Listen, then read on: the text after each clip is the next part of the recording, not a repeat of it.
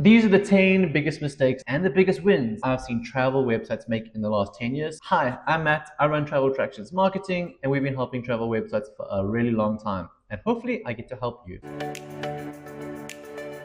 The biggest mistake I see is when people come to me and they say that, Matthew, we want to target the whole world. We want to create a website that does skiing, holidays, family. And the best way to look at that is the bigger your target market, the bigger your budget needs to be. So if you want to take on the whole world, you got to have the budget of Viator and Get Your Guide. And you just don't have those budgets in the beginning. The most important thing is to niche down. By doing this, you understand where your audience is. You reduce budgets. For example, if you're targeting slightly older people, you would be on Facebook. If you want to target slightly younger people, you would be on TikTok. Besides that, Google and other algorithms are really trying to understand personal branding. They're trying to understand your expertise, what you bring to the table. And they're coming around topics and clusters, and showing your expertise is kind of what these algorithms are trying to pick up. So knowing what you want to focus on and then building a lot of topical authority about that one topic is probably one of the most important and easiest ways to get traction quickly. So really zero in on one thing and then kind of expand. The next one is probably the toughest and the hardest for me to see, and this brings a lot of tears, a lot of upset owners, and I see it far too often. When you launch a new website, please get an SEO to look at the website before it goes live. Sometimes if a website is built on SEO, where it's getting organic traffic from Google naturally and Google trusts it, the worst thing you can do is to put up a website that doesn't have the right structure, the URL structure, the heading structure, the links. You want to be speaking to an SEO agency, someone who's a specialist in this that can run checks. The next time you're redoing your website, just make sure that there is an SEO who's going to have a thorough look and make sure that your website doesn't tank. Another really important thing is to get reviews from your customer. This is by far one of the most important parts of the marketing funnel. So one of the biggest things that I can encourage is to automate your review system. What we like to do is we like to send an email 2 days after, a week after, 2 weeks after. It really depends on what kind of business you have, and have a form that leads to, if it's a positive thing, it leads to your Google reviews or where you're going to get reviews. If it's a negative review or where you can improve, it leads to a Google form or something like that, so that you're kind of funneling people into like, hey, where you can improve, and like, hey, this is really great. So really important to be getting reviews from people. The next really important thing is to get video or image content about people experiencing whatever you're selling. Something that we do is we create a WhatsApp group, and a lot of the people that are doing that thing together kind of share their activities, and this is a great way to get content from your guests legally and nicely, and you can kind of put that out there onto the interwebs. Generally, if your guests are in it, they actually like to share, comment, like, and you actually build a brand ambassador by advertising and showing your kind of guests having a great experience. So you need to be getting this content, creating this content. So a really big mistake that I kind of see in travel is people are trying to sell the price or sell the room or sell the destination. Anybody can offer those things. What you kind of have to do is sell the experience and sell what they're going to go through, the feeling of arriving in a room, unpacking their bags, doing activity, meeting new people. Like, these are what people travel for, is the experiences. And if it's a great experience, you'll get lots of bookings. All right, this one sounds super easy, but it's often overlooked, is you want your people to convert on your website. When making a new website or when adjusting, make sure that it's nice and easy for people to convert and to buy. We try and reduce the friction and make it as easy as possible for people to kind of inquire or for us to get the information so we can contact and continue building that relationship. Or we make it so automated that they can just go through the process on the website. And you can use tools like Hotjar to figure out how people are using your website. Make sure your website's also quite fast, usable on mobile and on laptop. Another really overlooked thing with your website is using stock images. Using stock or generic images is sometimes the only thing you have, and that's fine. But we do see a massive difference when people are experiencing the holiday that you're providing. So like investing in a videographer, a photographer or something, getting a day or a week, or just getting a decent amount of content so that you can put real people having real experiences on your website will make a really big difference. And then just on this note too, is that we see a lot of websites uploaded with massive images, like 12 megabyte images. Guys, if you're loading like 3 big images on a page, it's going to take far too long to load and you're going to lose people. Make sure that your images are probably less than 500 kilobytes in size and that they are not just generic stock images, because stock images don't really sell the same way real experiences, real kind of footage sells. Another thing that is often overlooked is that post-communication phase. It's like they've come, they've bought, they've done the experience, and now they've left. There's so much relationship building that can go on after they've left for the experience, making these automations in the back end and then using this as the post communication,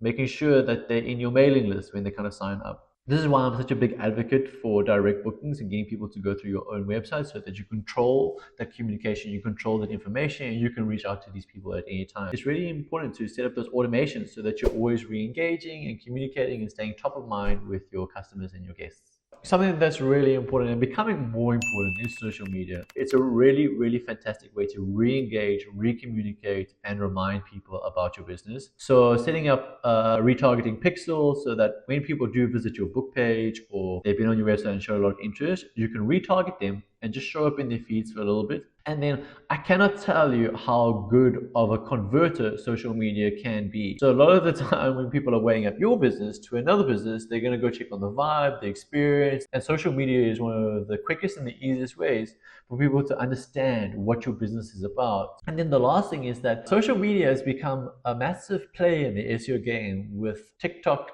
and Instagram now being indexed in Google. So creating content that is short and concise and kind of answers people's questions about things in the area. It could be about the beaches, it could be about the animals, it could be about the restaurants around the area, but finding these like things that people are searching for and creating content around that is really, really important. So don't overlook social media. Find out where your customers are and try and create messaging that is tackling and reminding them about your business. Another really big mistake that I kind of see people doing is they want to make their website target every language. Creating lots of content in different languages and trying to translate your website across different languages, it just spreads the authority, it increases the budget, and it makes it a lot harder to actually get any traction. So stick to one language, nail that language, and then maybe expand from there. So this win is not a very sexy win, but it's a really important one, is the structure of your website is so important. So this could be your TLDs, so your .com or .co.za or .ca or whatever country you are. So one,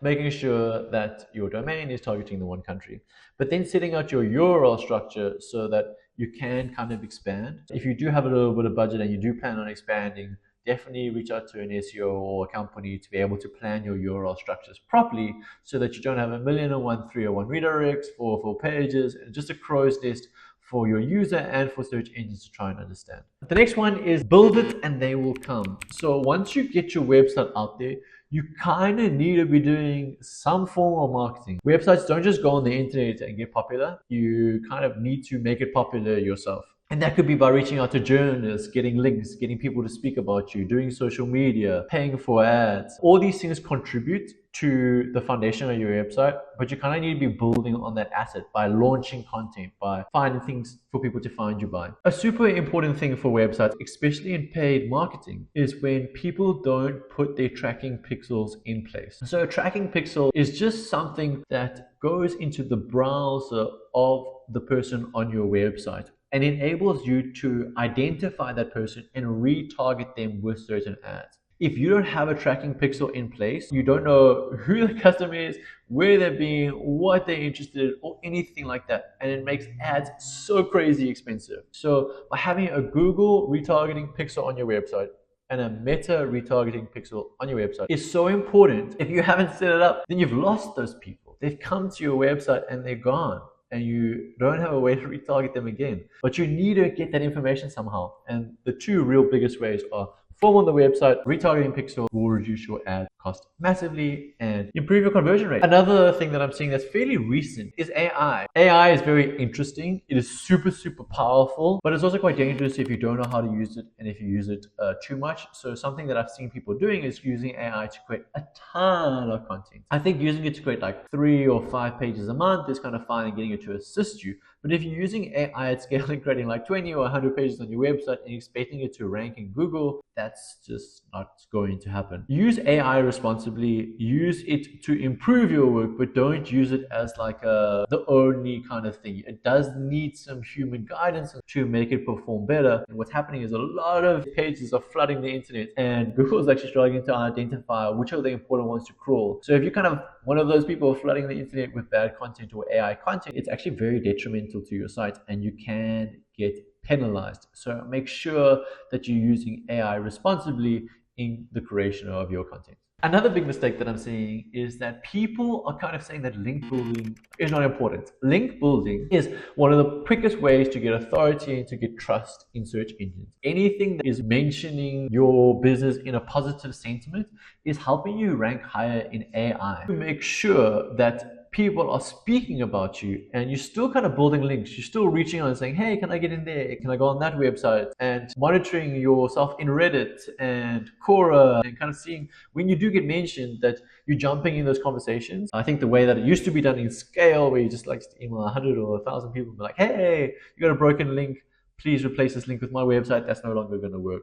Relationships, building expertise, and showing that is going to be a really important thing. So those are some of the biggest mistakes that I've seen in the last 10 years or year. And those are some of the biggest wins that you can kind of do too. If you enjoyed this video, please like and subscribe.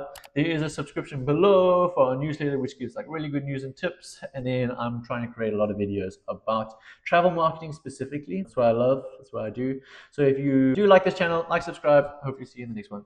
Cheers.